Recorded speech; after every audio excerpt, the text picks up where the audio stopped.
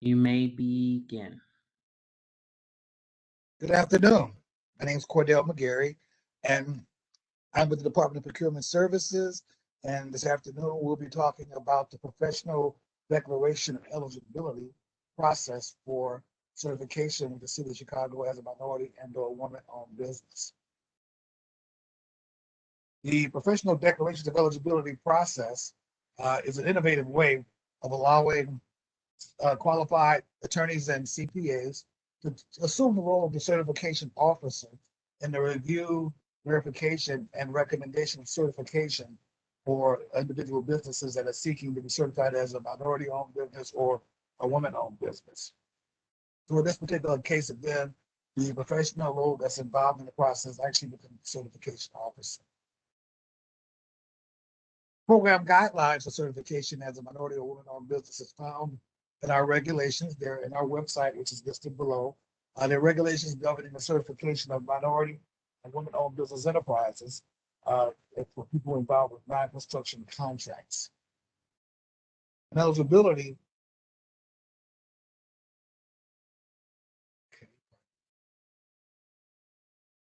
Eligibility for certification actually at this particular point involves minority-owned applicants for certification that are involved in the non-construction trades, or they consider to be a supplier or distributor. They haven't been denied for certification within the last 3 years, nor have withdrawn an application for certification for the last 3 years. And for those businesses that have been certified in our program prior to this point, they should not have graduated the program in the last 3 years.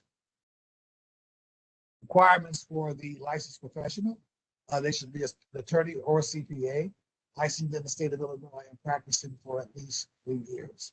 The professional should not have been involved or convicted of found liable of fraud and or making false statements in the course of their professional career.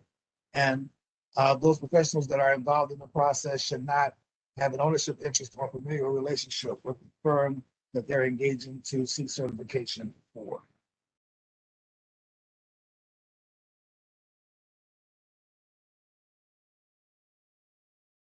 So basically, during the process of review, the attorney or CPA is involved in the review of the application certification. Our applications are done online, so we refer to them as electronic applications. They will be involved in the review of all the documentation and application that's submitted through this process. They will conduct an on-site interview with the owners of the business, and they will prepare a summary report which provides information relevant to the professional's recommendation for certification or denial. And the professional would need to complete what's called an attestation form, which is basically attesting to certain facts related to their role in the certification process. Upon completion of the summary, on-site visit, and attestation forms, that along with the application will be submitted to the City of Chicago through our online portal. We will then receive the application formally and then endeavor to review the application, particularly the certification recommendation of the professional, the site visit, and the like. Upon completion, we will either grant certification or in the event that the recommendation is for denial, submit a preliminary notice of denial, or in the case that additional information might be needed to clarify certain points, we will reach out to the professional first and then the applicant if necessary to obtain the information. Incomplete applications are subject to review under the standard certification process. At the completion of the review, assuming that certification is granted, which we presume to be the case in the vast majority of applications, certifications are generally for a period of 5 years. And then firms, of course, seeking recertification at the end of the 5 years will be subject to the standard certification process. Once the recommendation and decision has been issued, all files that are processed through the professional declaration eligibility process are subject to a full scope audit within that 5-year period to ensure compliance with program regulations. Also, during the 5-year period of certification, all certified firms are required to submit what's called a manual no change affidavit or affidavit attesting to the fact that there's been no changes in the applicant's ability to remain certifies. There's been no change in ownership, for example, or ownership structure, or other aspects of regulations that would deem the individual business to be no longer eligible for certification. This is done during the 5-year period up to the 5th year, at which time the firm will then go do a recertification. From time to time, we are asked questions regarding whether or not we maintain a list of attorneys or CPAs for purposes of certification, or we might get a call from the professional themselves asking whether or not they should be placed on a list for availability to be assistance in this process. The city does not involve itself in that process. The applicant is free to choose whomever they may wish to seek the recommendation of certification, as long as the professional, again, is probably licensed with the state of Illinois, has been practicing for at least a period of 3 years. The application process, again, is done electronically or online, and that information can be available at our website, www.chicago.mwdbe.com. In this particular aspect, I always encourage applicants to tell a story about their business, and they will describe their business, what it is they do, how they do it, as well as provide additional documentation. And that request should also go to the professional as well, in that we ask that in the process of making your recommendations, completion of the summary and site visit, that you be as thorough as possible and tell the story that would lead to your recommendation. Documentation that we look for during the application process from the applicant is basically information that's quite simple. Contact information for the applicant, their business location, who they are, the type of certification that they're seeking, breakdown of the ownership of the business. And that should include any and all owners, whether or not they're minority, women, or non-eligible owners of business. Information regarding the employees of the business and the facility that it may be operating out of.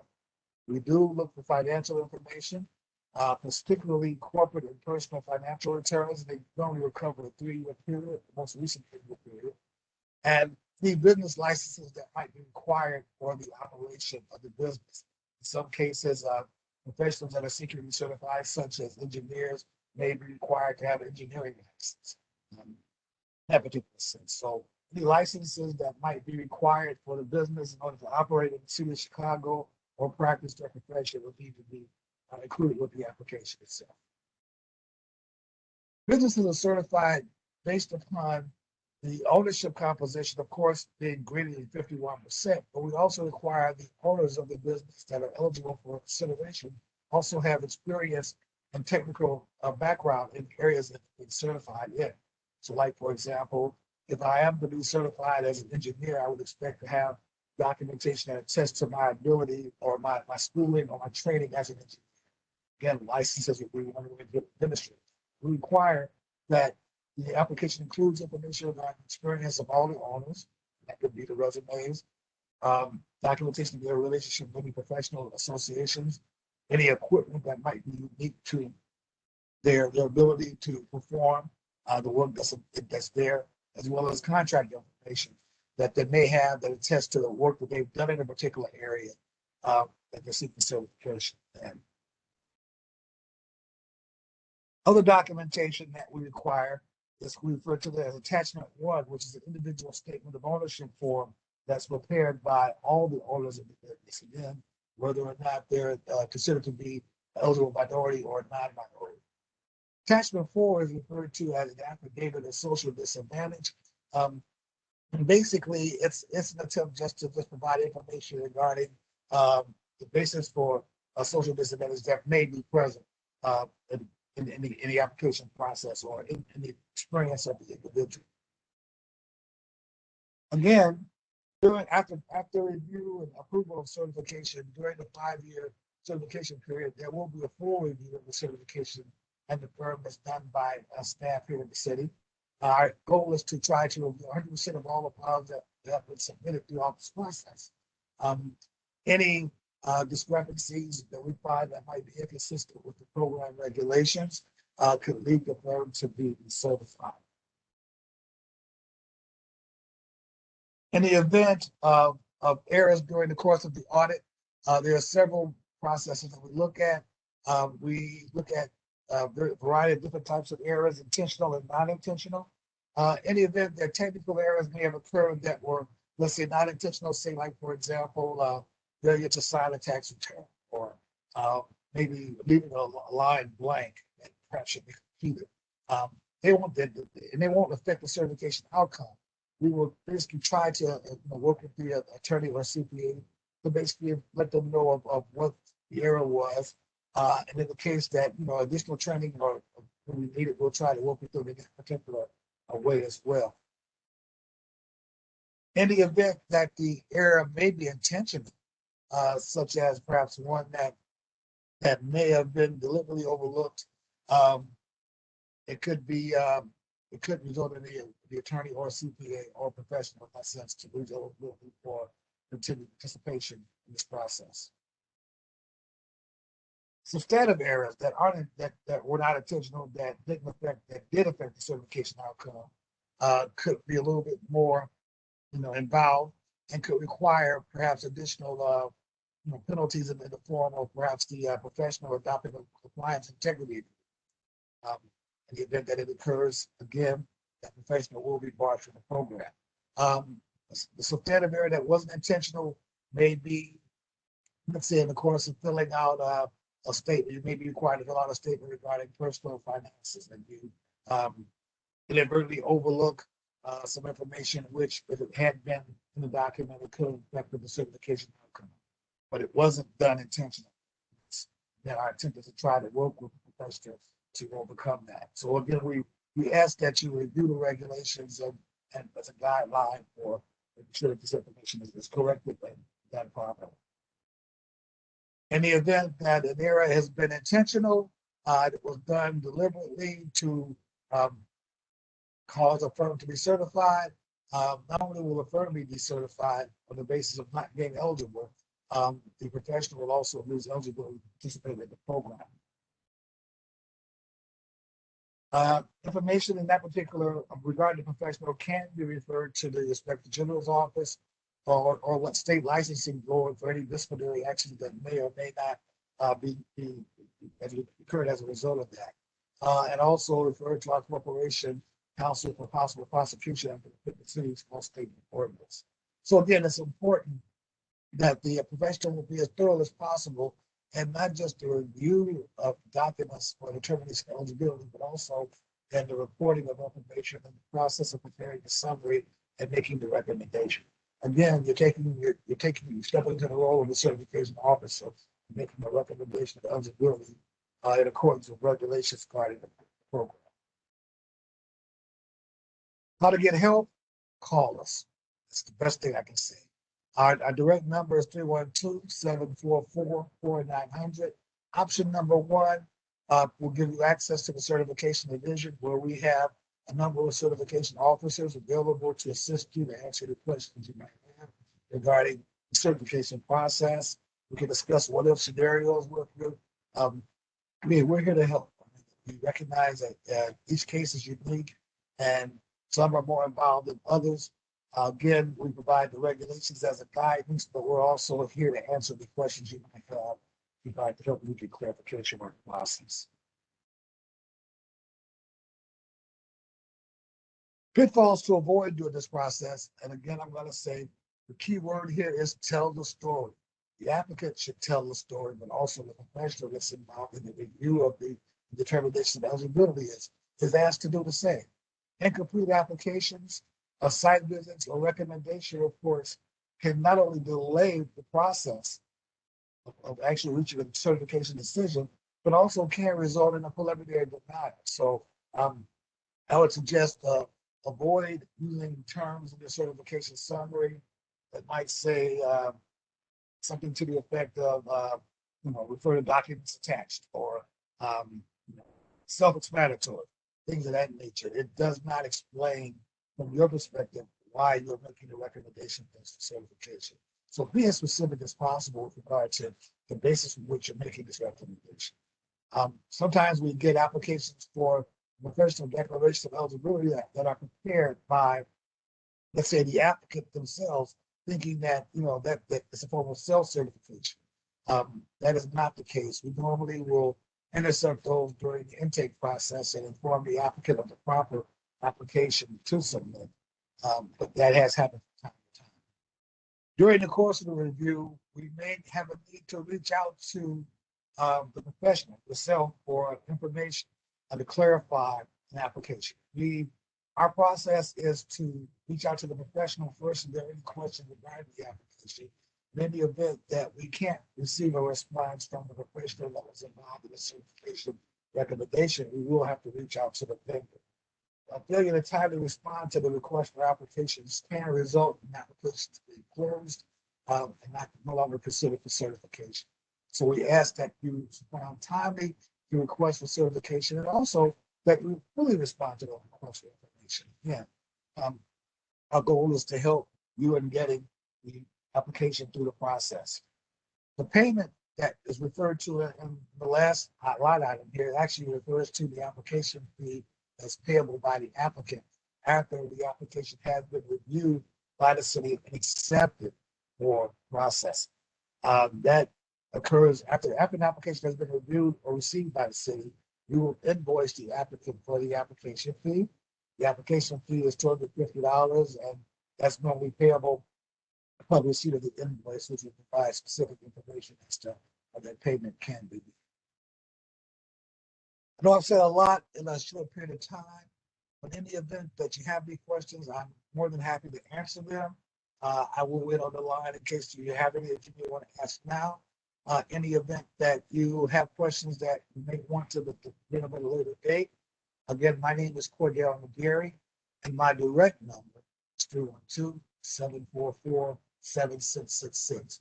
Or in the event that you can't reach me, you can always call our office, 2-744-4900, option 1, which will again lead you to our certification team, who will also be able to provide you with information. So with that being said, I'd like to thank you for allowing me to spend part of your day talking about the program, and hopefully I'll be hearing from you soon. Thank you. Thank you, Cordell. And let me just say that all of the DPS workshops are available for you to download at www.chicago.gov/DPS events. And you can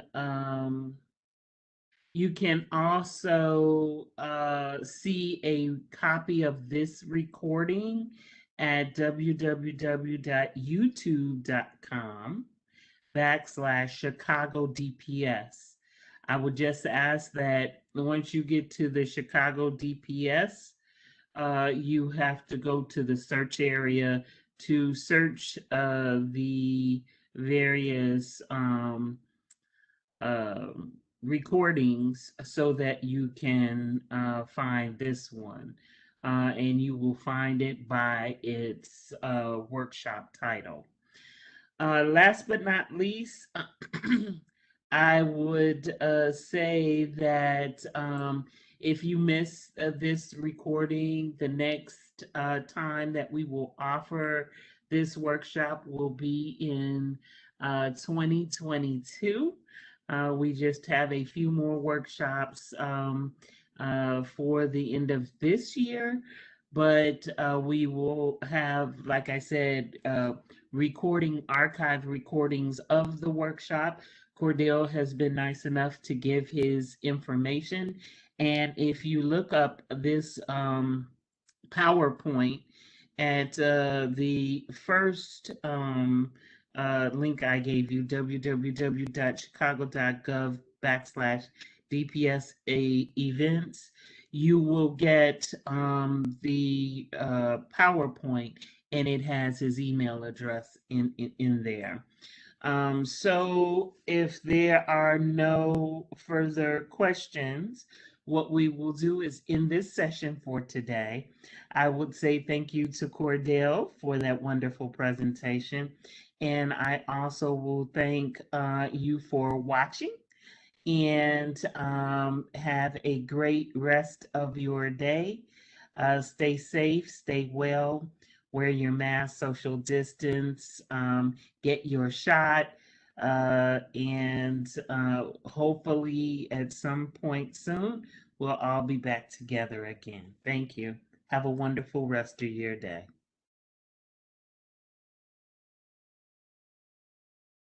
Thank you, Cordell.